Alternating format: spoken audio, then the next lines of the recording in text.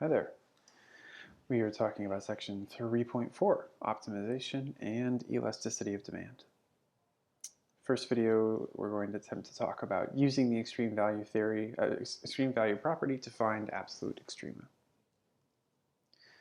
Okay, so let's get a definition out of the way. We've talked about relative extrema, so that encapsulates both relative maxima and relative minima. Absolute extrema are basically what we've always wanted an extremum to be. It's the largest value on any particular region that we might want. So for instance, usually we're discussing the entire domain of the function and we say which value is the largest. But we could always restrict to some interval and say what's the largest value of f on this interval. Okay, so that's what this means.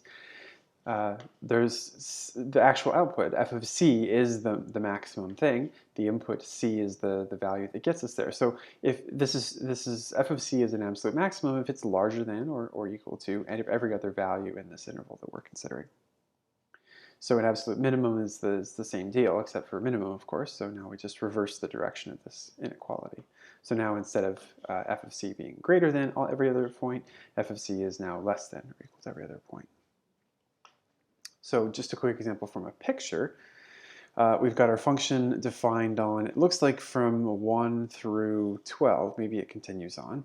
But if this is all the picture that we've got, then this value in the top right left corner is the location of the maximum. So at x equals 1, it appears to have a maximum of about 7. And then the minimum actually occurs either at this little relative minimum down here or at this rightmost endpoint. They're actually at the same height. So the absolute minimum is a value of 2. It just also happens to occur at two different points, x equals 6 and also at x equals 12. So there's actually no stipulation that we can't have an absolute minimum occur in more than one place. Because remember, all we're really saying is that 2 is the absolute minimum. This is the lowest value that we get to, regardless of how many inputs get us there.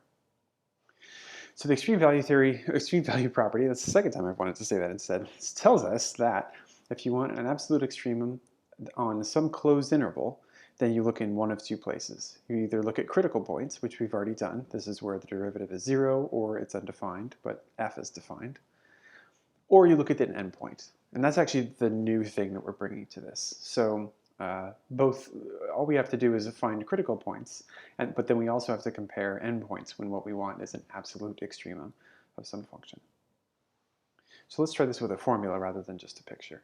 So we want the absolute extrema, so that is the absolute max and absolute min of this function on the interval -3 to 1. And notice there's no if they exist kind of question. If we have a closed interval, the extreme value property tells us that there's going to be a lowest value and going to be a highest value. So as long as this function is continuous on the interval and the interval is closed, then that will be the case. Okay, so basically we need to find critical points and endpoints. And then all we do is figure out what the outputs are at each of those candidates, pick the biggest one to be the max, and the smallest one is the min.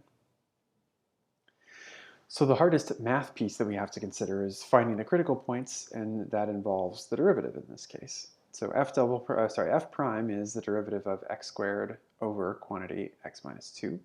And since we've got variables in top and bottom, it's hard to get away with without using product rule here. Or quotient rule. We could get around this, as always, by using product rule and chain rule together, but I think the logical choice in this case is the quotient rule. So low d high, high d low. So x minus 2 is the denominator piece, derivative of the top is 2x. Then we subtract the top left alone, derivative of x minus 2 is just 1. And then we get the denominator squared. Okay, so tidying up the top a little bit, we're down to just x squared minus 4. And then this is always a subtlety, but if we imagine basically we're going to multiply both sides by this term. Well, there is a little bit of subtlety in that we have to make sure that x was never 2, so we'll sort of keep that in the back of our heads. X equals 2 would make this expression undefined, and then we couldn't multiply both sides by it. But if it's a non-negative, a non-zero number, multiplying both sides by this is actually fine. However, 0 times stuff is still going to be 0 on the left side. So really, what we're solving is numerator equal to 0. Pull out a factor of 4, or a subfactor of x. We're left with x minus 4. And then we've got two solutions, x equals 0 and x equals 4. But one thing to keep in mind is that the interval that we were asked to look at is only -3 to +1. So x equals 4 is actually outside of that list of consideration. So we're not going to use that as part of our answer since it's outside the interval. So really we've only got one critical point to consider, x equals 0. So basically we've got three candidates. We've got the endpoints, -3 and 1, and we've got our critical point at x equals 0. So all we're going to do basically is take those values, those x values, and plug them back into our original f. So not f prime or double prime or anything crazy like that, just comparing the actual heights of the graph. So if we plug in -3, 0, and 1, these should be our outputs. And then we're ready to make a decision right at that point. We look for the smallest value along this list. So -1.4 is the lowest number. That must be our absolute minimum. And then similarly for x equals -1, let's see, this one's sort of in the middle.